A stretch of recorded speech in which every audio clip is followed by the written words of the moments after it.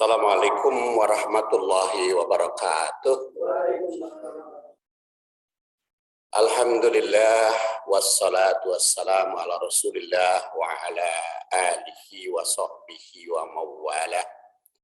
Amma ba'du fa ya ibadallah usikum wa iyaya bittaqwallah fa innal jannata uiddat liman ittaqah.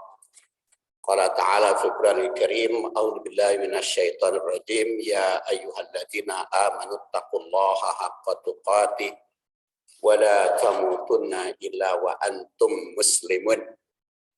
Hadirin rahimakumullah, sore ini kita akan membahas hadis tentang fitrah manusia bagian yang kedua. Bagian yang pertamanya kemarin saya bahas di Baitur Rahim dan sudah direkam isinya di YouTube. Jadi bapak-bapak dan kalau ada ibu-ibu yang mau mengikuti bagian pertama disetel aja di YouTube. Karena memang saya biasanya antara satu masjid dengan masjid yang lain kalau dekat itu kalau materinya sama bersambungan. Seperti khutbah Jumat itu surat Al-Hujurat ya, di Masjid Muhajirin tadi ayat ke-16 karena ayat ke-15-nya di Al-Hasan. Jadi itu jadi tidak apa-apa bersambung ya. Baik, hadisnya adalah diriwayatkan oleh Al-Bukhari. Nama Al-Bukhari Muhammad bin Ismail Al-Bukhari yang lahir tahun 194 dan wafat 256 Hijriah. Dia mengatakan haddasana Adam, haddasana Ibnu Abi Da'bi Anis Zuhri an Abi Salamah bin Abdurrahman an Abi Hurairah radhiyallahu anhu qala Nabi sallallahu alaihi wasallam kullu mauludin yuladu 'alal fitrah fa abawahu yuhawwidanihi aw yunassiranihi aw yumajjisanihi.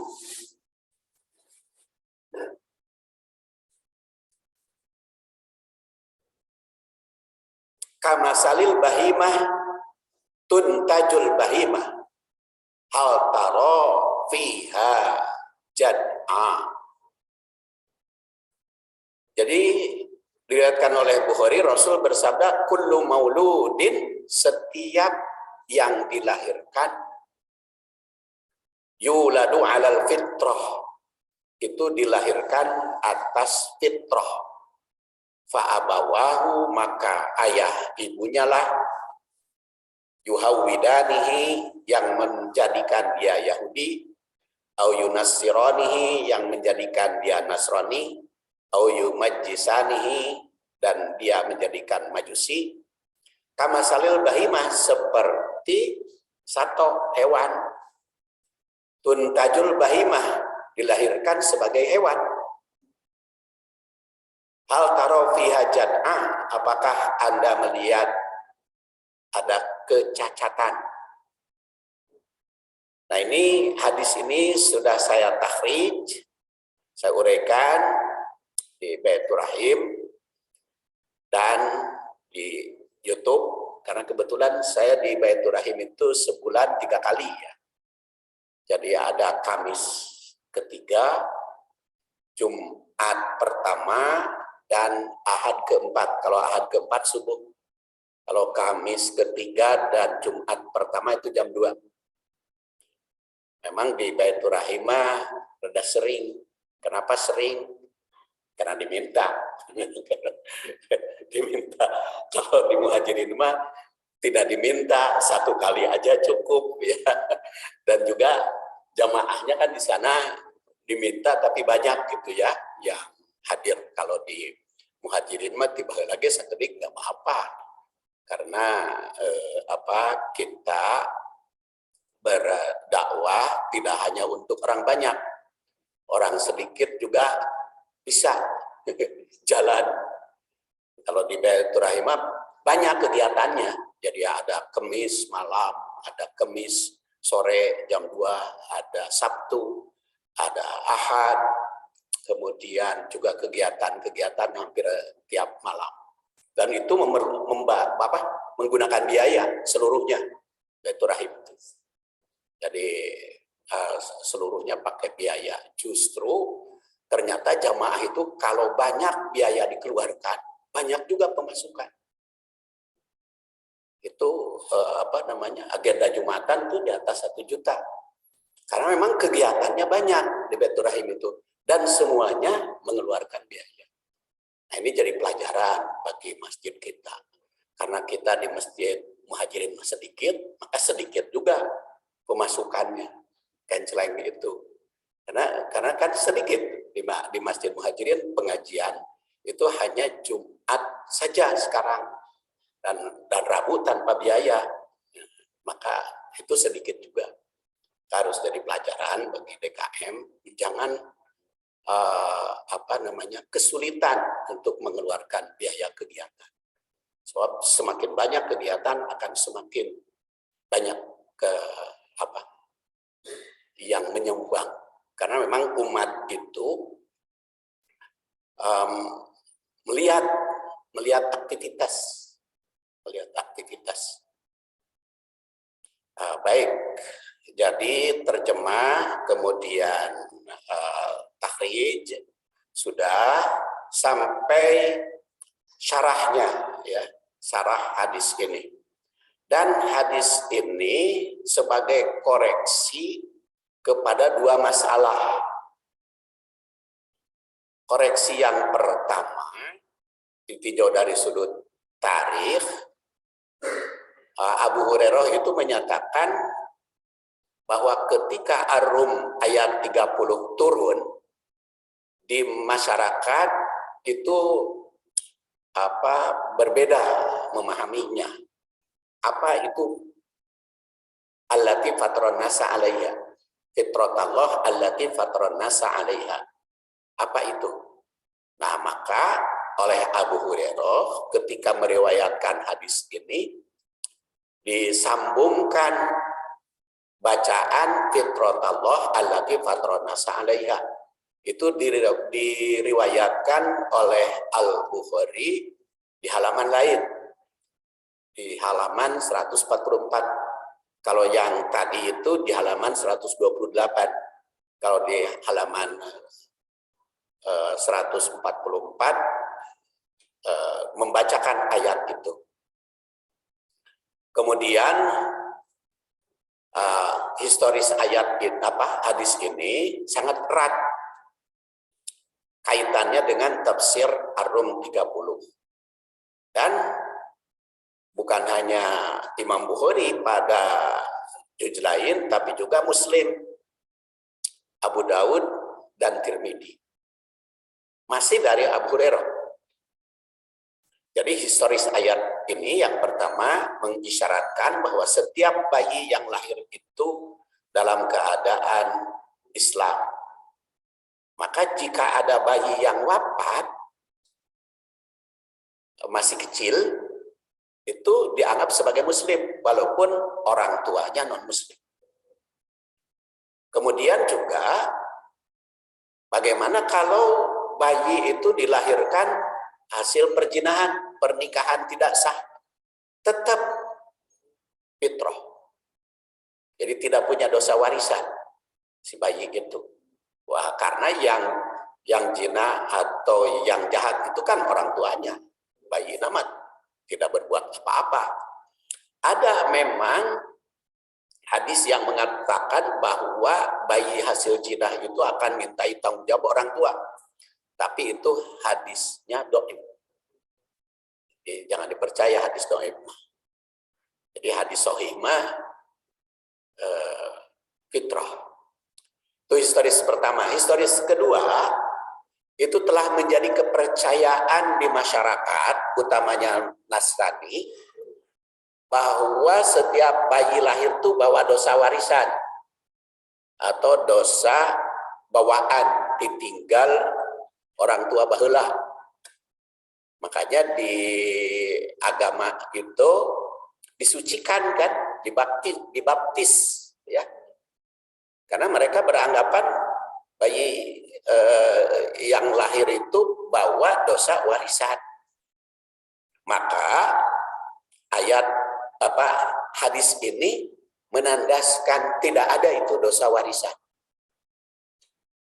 Walaupun ada juga filsafat, boleh jadi itu filsafat John Locke yang mengatakan setiap bayi yang lahir bagaikan kertas putih. Karena bagaikan kertas putih, tinggal orang tuanya yang nulis, rek dikumahakeun. Maka secara historis hadis ini membantah tidak seperti kertas putih. Karena apa? Karena bayi yang lahir itu berada dalam keadaan fitrah. Fitrah itu apa? Fitrah Allah allati fatron nasa alaiha. Yang diciptakan oleh Allah atas fitrah al-Islam.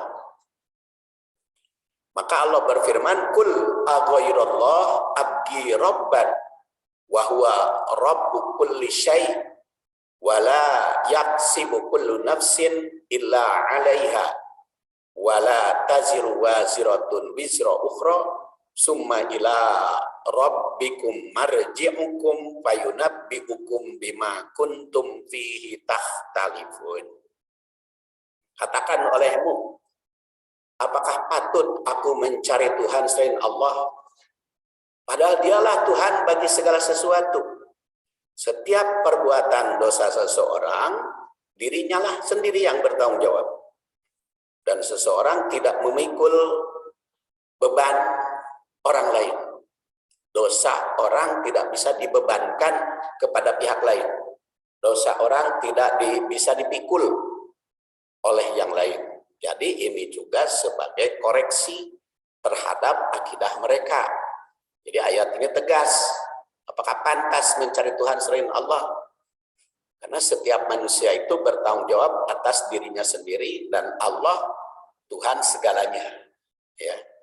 Itu historis, tashih, kemudian sarahnya sudah saya bahas di pertemuan sebelumnya. Maka kita langsung ke takwil hadis.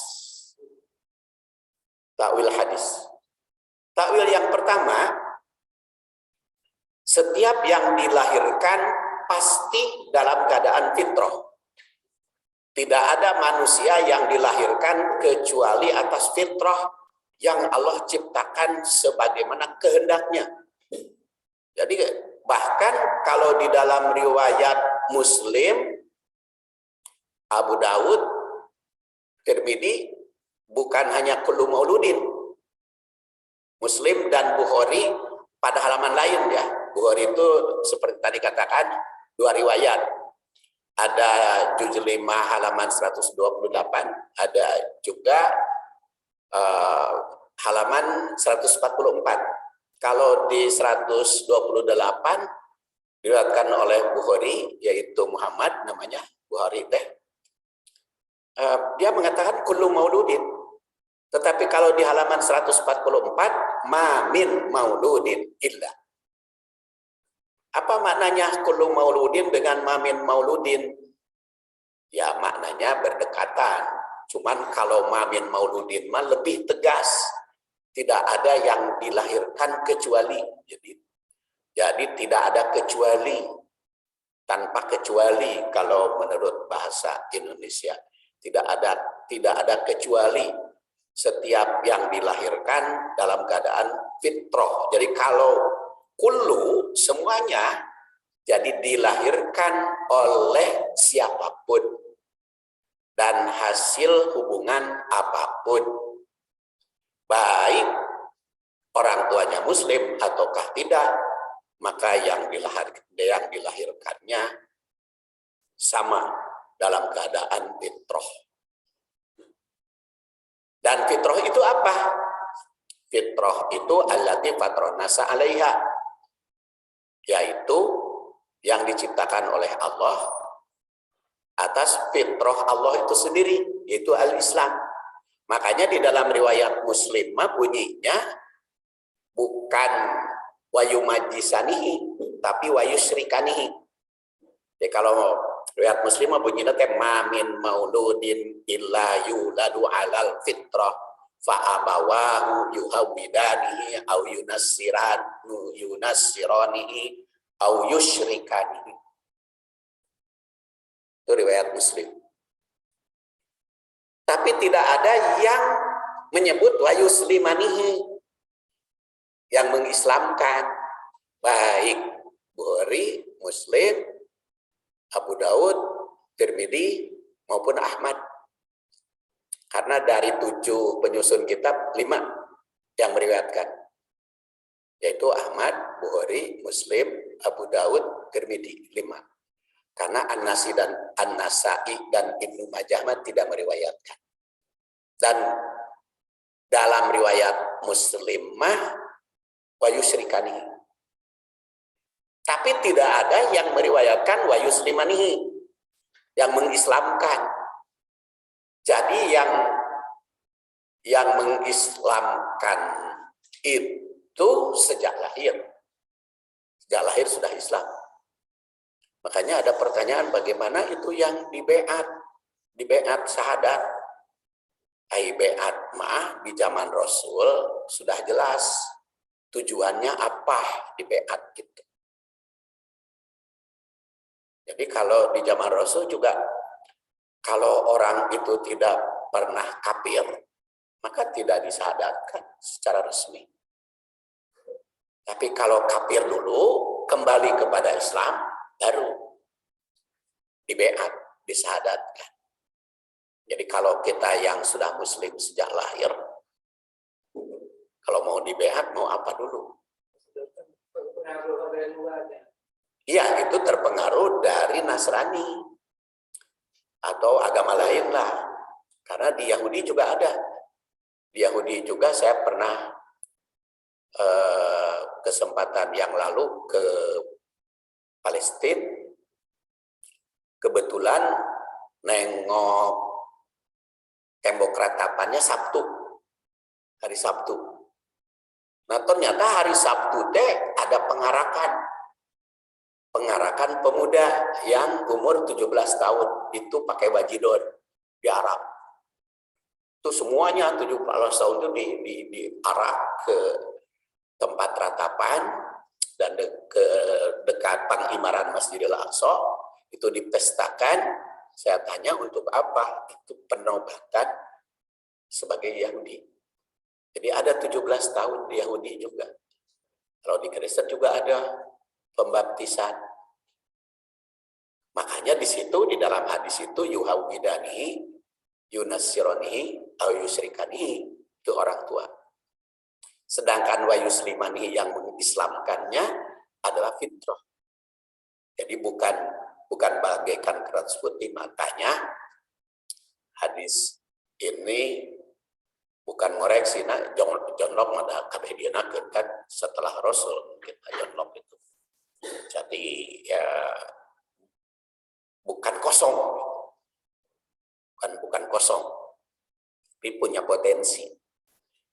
Dan apa itu fitrah? Yaitu al-hablah al-mutahayyi'ah liqabulidin, begitu kata at-ta'rifat Syarif Durjani.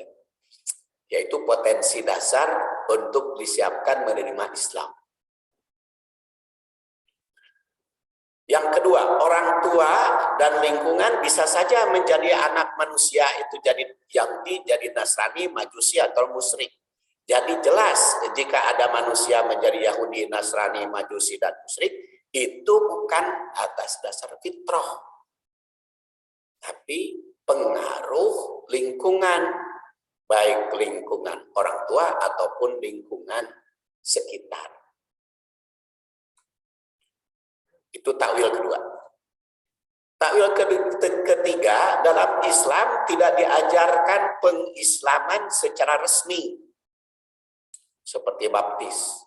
Karena telah yakin bahwa Islam itu sebagai fitrah yang dianugerahkan Allah pada setiap hambanya. Jadi jika ada bayinya wafat, maka dia sebagai muslim. Dan itu kelanjutan hadis riwayat Abu Dawud. Bagaimana yang mati sogiron, wafat sogiron, maka itu Allah hanya minta tanggung jawab amal yang sudah balik. Jadi fitrah itu bisa disimpulkan dari manusia pengakuan adanya Allah gitu. Antara lain, fitrah itu banyak. Jadi fitrah itu banyak. Antara lain fitrah tauhid, pengakuan adanya Allah. Ada fitrah-fitrah yang lain, macam-macam fitrahnya akan kita bahas. Jadi fitrah itu banyak ya jumlahnya. Tapi yang pokok al-mutahayyiyah liqabuliddin, siap menjalankan agama. Jadi dipersiapkan ya. Sudah ada potensi dasar, bukan kosong. Kemudian yang keempat, dalam hadis ini juga diperintah agar setiap manusia memperhatikan binatang ternak yang diuruskan di situ tadi. Kamasalil bahimah. Masalil bahimah. Seperti bahimah atau binatang. Apakah Anda menyangka ada bahimah yang cacat atau yang kurang sempurna bawaan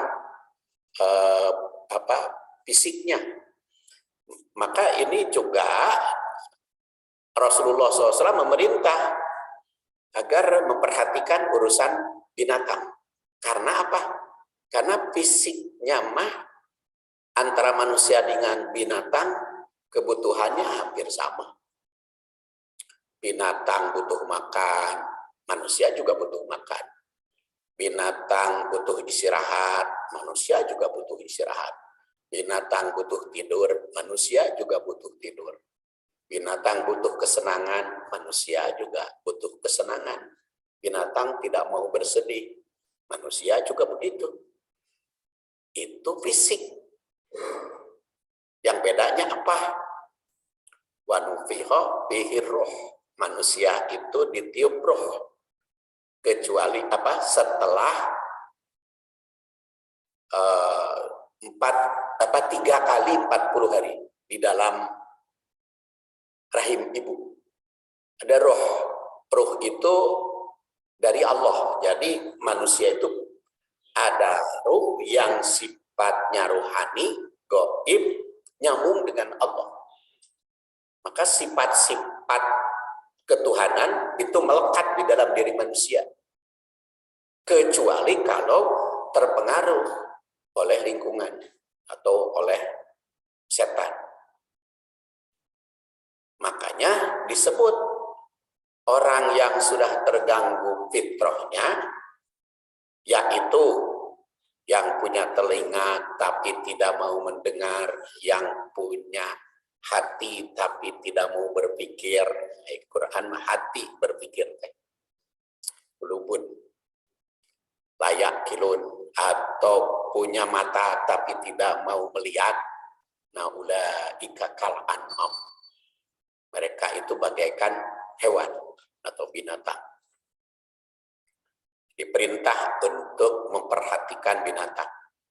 Kemudian takwil kelima, fitrah manusia ketika dilahirkan bukan kosong tanpa potensi seperti kertas putih yang belum ditulisi, tapi justru punya potensi dari ruh ilahi yang ditiupkannya.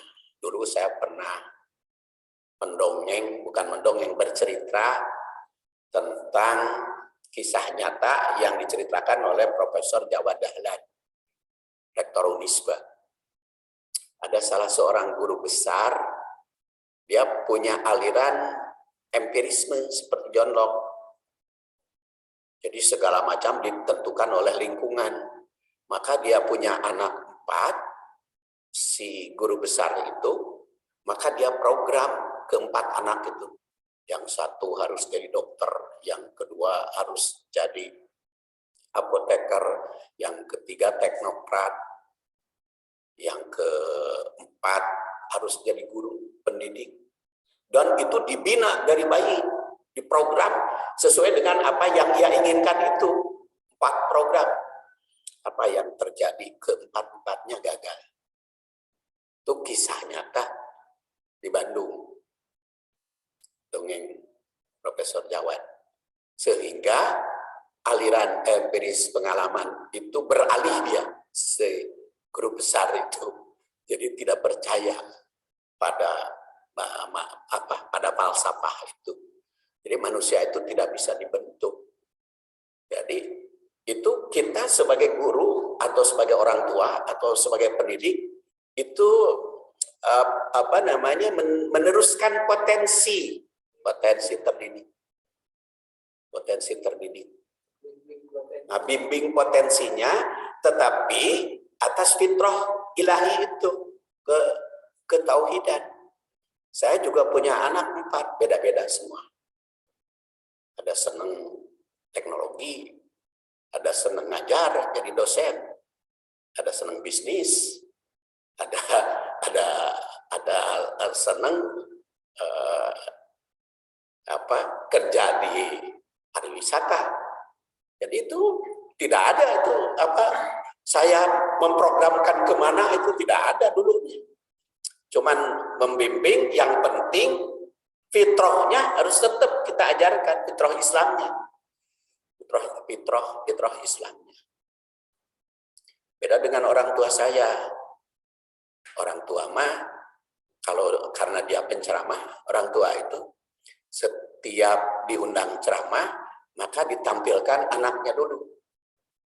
Jadi anaknya suka ikut, saya sering ikut, itu disuruh ceramah dulu saya sebelum orang tua. Maka sadayana jadi penceramah. Tapi bukan berarti iya, tapi bukan berarti dia memprogram harus jadi penceramah. Tetapi karena dia lingkungan kemudian membawanya ke situ, walaupun saudara-saudara walaupun sama berceramah, tapi kan pendapatnya tetap berbeda-beda, tidak sama.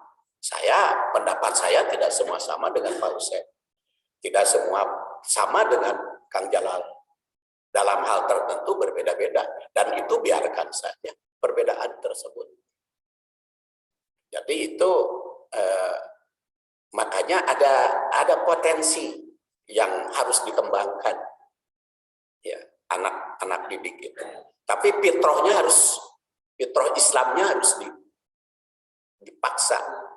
Makanya Imam Ghazali yang lahir 450, wafat tahun 505, itu berpendapat ilmu itu ada yang fardu ain, ada yang fardu kifayah. Nah, fardu ain itu semuanya diajarkan pada anak. Muru auladakum bis-shalah wa hum sab'u sinin. Ajarkan bukan ajarkan, perintah anakmu yang berumur 7 tahun sholat. Sab'u sinin. Jadi urusan sholat mah fardu ain. Tapi kalau yang fardu kifayah seperti kedokteran, farmasi, keperawatan, itu fardu kifayah. Tidak semua harus jadi dokter. Tidak semua harus jadi teknokrat. Saya juga kalau urusan teknologi mah lemah, ya belajar ke anak saya. Sehingga kalau justru disitulah peranannya fitrah itu.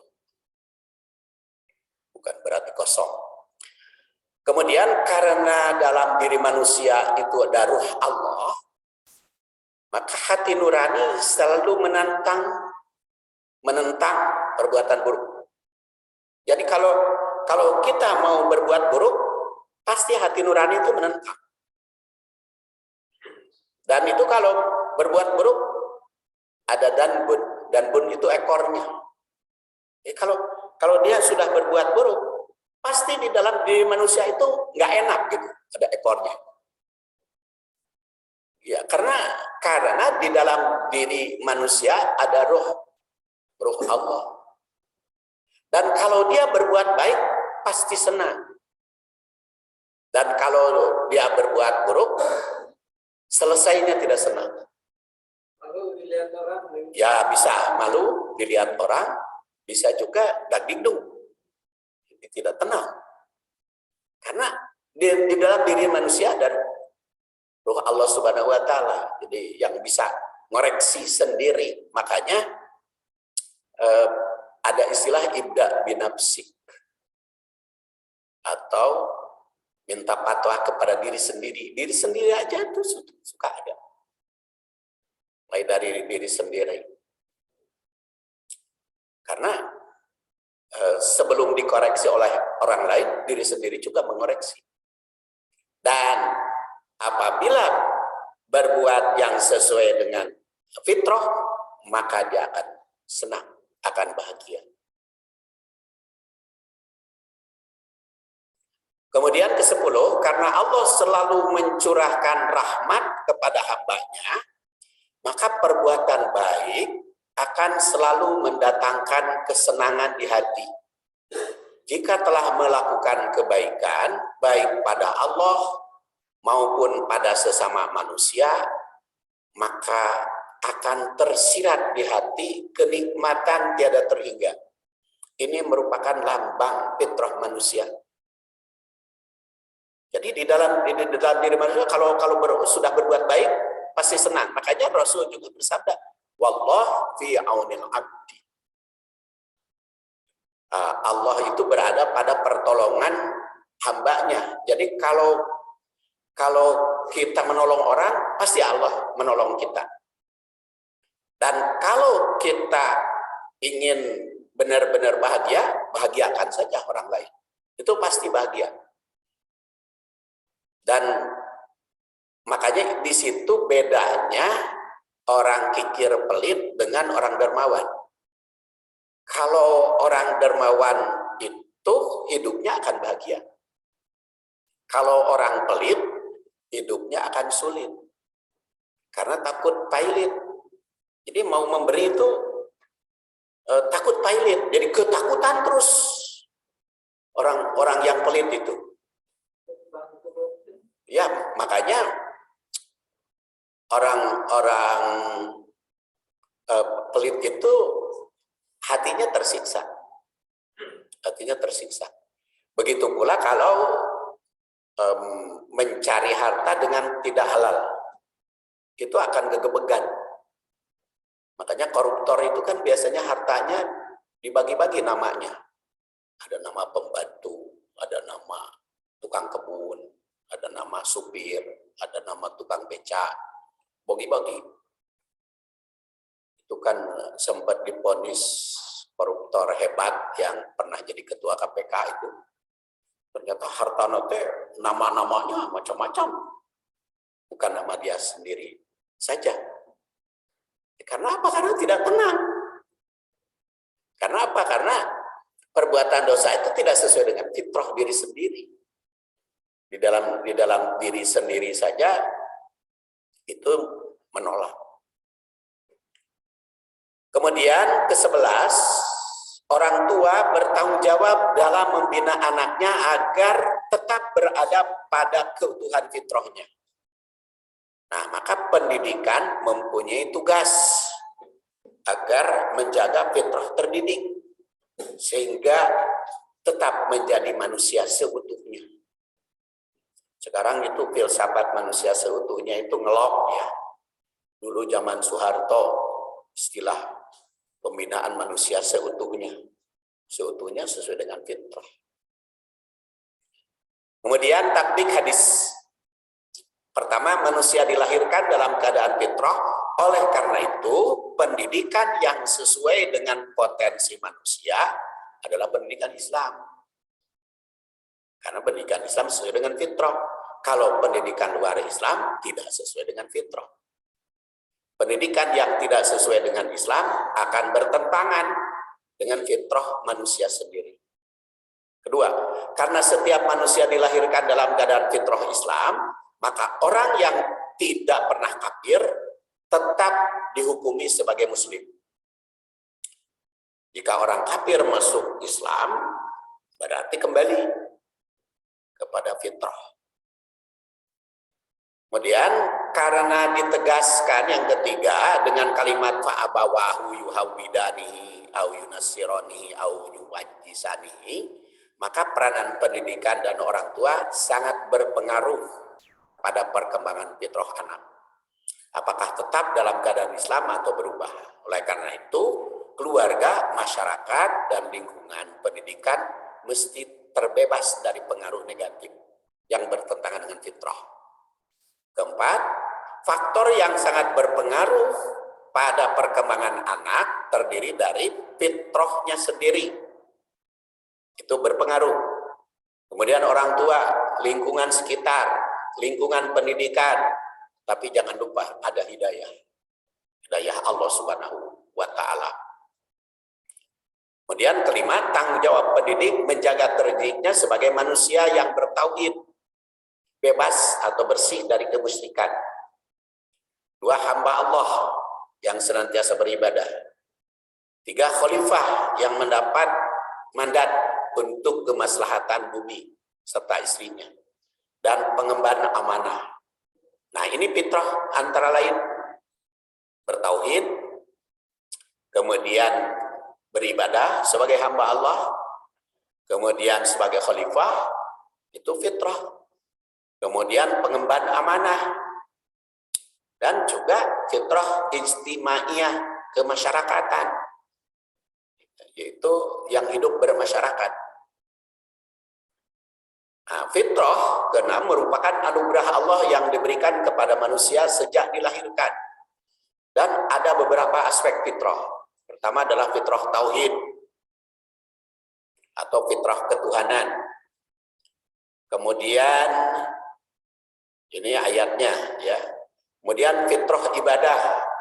Wa ma khalaqtul jinna wal insa illa liya'budun. Kemudian fitrah mengemban amanah. Kan amanah itu pernah ditawarkan ke bumi, ke langit, ke gunung, semua nolak. Begitu kepada manusia, langsung menerima. Karena apa? Karena manusia punya fitrah amanah. Makanya jabatan itu selalu diparebutkeun. Karena manusia punya fitrah amanah. Kemudian amanah itu juga banyak. Ada yang berkaitan dengan Allah, ada yang berkaitan dengan sesama manusia, ada yang berkaitan dengan Rasul. Kemudian fitrah ijtimaiyah, yaitu bermasyarakat. Manusia itu kalau sendiri kurang baik kepada masyarakat, maka dia akan tersiksa. Oleh karena itu, supaya menjaga keutuhan fitrah, harus tetap hidup bermasyarakat. Itulah yang saya bahas malam ini, mudah-mudahan ada guna dan manfaatnya. Kita tutup, subhanakallahumma wa bihamdik, asyhadu an la ilaha illa anta, astaghfiruka wa atubu ilaik. Assalamualaikum warahmatullahi wabarakatuh.